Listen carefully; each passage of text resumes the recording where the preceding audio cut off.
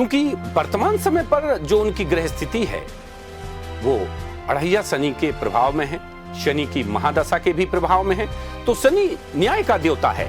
ऐसे में ये इनके जो अंदर है वो न्याय की स्थितियां बनी रहने के कारण ये किसी दूसरे दल में इनके जाने का प्रश्न ही नहीं उठ रहा है। ऐसे में ये भाजपा में नहीं आ सकते हैं, परंतु राजस्थान के मुखिया बनने के ग्रह इन जरूर संकेत दे रहे हैं।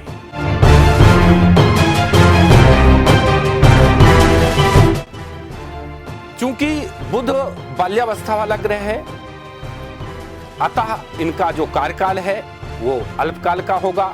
निश्चित तौर पर अल्पकालीन कार्यकाल होने के बावजूद भी इनका जो प्रभाव है, इनका जो राज्य है वो निश्चित तौर पर गति प्रदान करेगा और इनका जो अल्प कार्यकाल है वो भी एक अमिट छाप छोड़ करके जाएगा।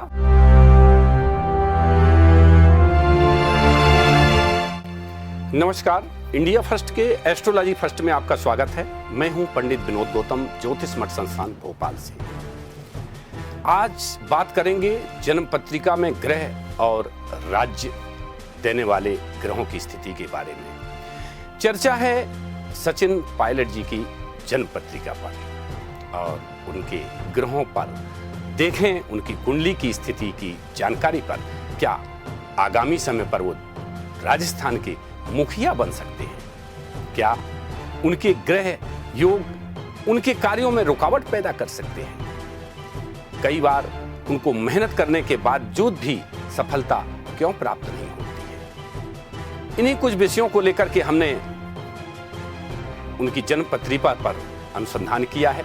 जन्म पत्रिका हमको इंटरनेट से प्राप्त हुई है, जिसके आधार पर उनका जन्म 7 सितंबर 1977 को 5:28 पर प्रातः उत्तर प्रदेश में हुआ था। ग्रह स्थिति के अनुसार सिंह लग्न की जन्म पत्रिका में बुधादित्य योग बना हुआ है, साथ ही शनि भी विराजमान है। ये त्रिग्रही योग लाभ भाव पर भी बना हुआ है। चंद्रमा मंगल के साथ, गुरु के साथ में चंद्र मंगल का योग बनाए हुए हैं। ऐसे में इनके राज्य भाव और लाभ की स्थितियां क्या बन रही हैं? दशा अगर देखी जाए तो वर्तमान समय पर शनि की महादशा चल रही है। जन्म पत्रिका में लग्न में बुधादित्य होते हुए भी इनके प्रभाव में कमी है। हमारे अनुसंधान के उपरांत अगर देखा हमने कौन सा ग्रह इनका पीड़ित है, कौन सा ग्रह बली कम है। बुधादित्य योग होने के बावजूद भी व्यक्ति को अगर सफलताएं प्राप्त न हो तो निश्चित तौर पर बुधादित्य योग में कमी महसूस होती है।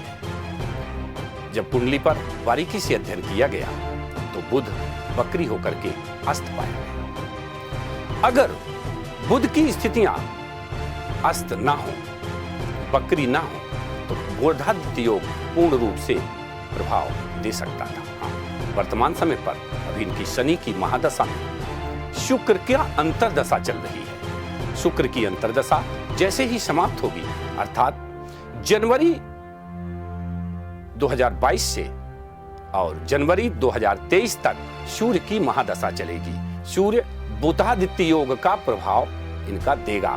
जहां तक जो रुकावट वाले ग्रह हैं, शनि और मंगल जो विच्छेदी ग्रह हैं, इन्होंने अपना जो प्रभाव है सफलता के साथ कमजोर किया है, कम सफलता दी है। ऐसे में ये एक साल अर्थात 21 जनवरी 2022 से और 22 जनवरी 2023 ईस्वी का समय, ये बीच का समय इनके लिए गोल्डन समय है। अर्थात जो भी ये कार्य करेंगे उसमें इनको सफलता प्राप्त होगी और बुधादित्य योग अर्थात सूर्य और बुध का बहुत बड़ा बली योग जो इनकी जन्म पत्रिका में बना है वो प्रभावशाली हो जाएगा। जो रुकावट वाले ग्रह हैं वो समाप्त हो जाएंगे। जैसे मिथुन राशि पर इस समय पर अढ़ैया शनि का प्रभाव चल रहा है। अढ़ैया शनि कार्यों में रुकावट देता है। ये अढ़ैया शनि का भी प्रभाव 1-1.25 साल में समाप्त हो जाएगा। इधर इनकी राशि पर भी हृदय गति का शनि की 7.5 का प्रभाव चल रहा है। नाम राशि के अनुसार मकर राशि और मकर राशि पर शनि महाराज हृदय पर विराजमान है। ऐसे में देखा जाए तो निश्चित तौर पर वर्तमान समय 1 वर्ष तक मानसिक तनाव, अशांति का कारक समय रहेगा। इसके पश्चात सूर्य बलवान होकर के इनको पद, प्रतिष्ठा, मान, सम्मान की प्राप्ति करा सकता है। बुध को बलवान करने के लिए भगवान गणेश जी को ये दूर्वा अर्पण करें। हरे रंग के पदार्थों का दान करें। मूंग इत्यादि से संबंधित बुधवार का व्रत करें। और बुध अगर इनका बलवान होता है, बली होता है, तो बुधादित्य योग का प्रभाव पूर्ण रूप से इनके ऊपर प्राप्त कर होगा। साथ ही जो चंद्र मंगल का योग लाभ स्थान में बना है वो भी परिलक्षित हो जाएगा। जो थोड़ी बहुत रुकावटें हैं वो दूर हो जाएगी। जैसे राज्य की जो स्थितियां हैं वो राज्य भाव प्रदान करता है, और राज्य भाव का जो ग्रह स्थिति के अनुसार जो स्वामी है वो व्यय भाव में बैठ गया है, अर्थात व्यय कारक राज्य। हालांकि इनको राज्य प्राप्त हो लेकिन कम समय का हो, तो निश्चित अवधि में ये प्रदेश के मुखिया भी हो सकते हैं।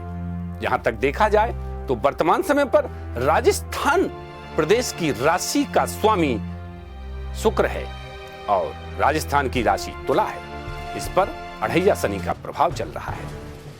तो प्रदेश में अशांति, विग्रह, विच्छेदी प्रभाव बने हुए हैं। ऐसे में अचानक किसी शीर्षस्थ राजनेता के निधन से रिक्त हुई सीट का भी फायदा माननीय सचिन पायलट जी को प्राप्त हो सकता है।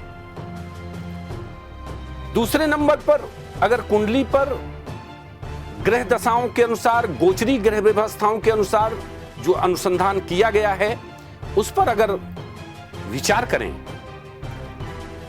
तो इनके ऊपर भी, चूंकि इनकी राशि मिथुन है, इनके ऊपर भी अढ़ैया शनि का प्रभाव है।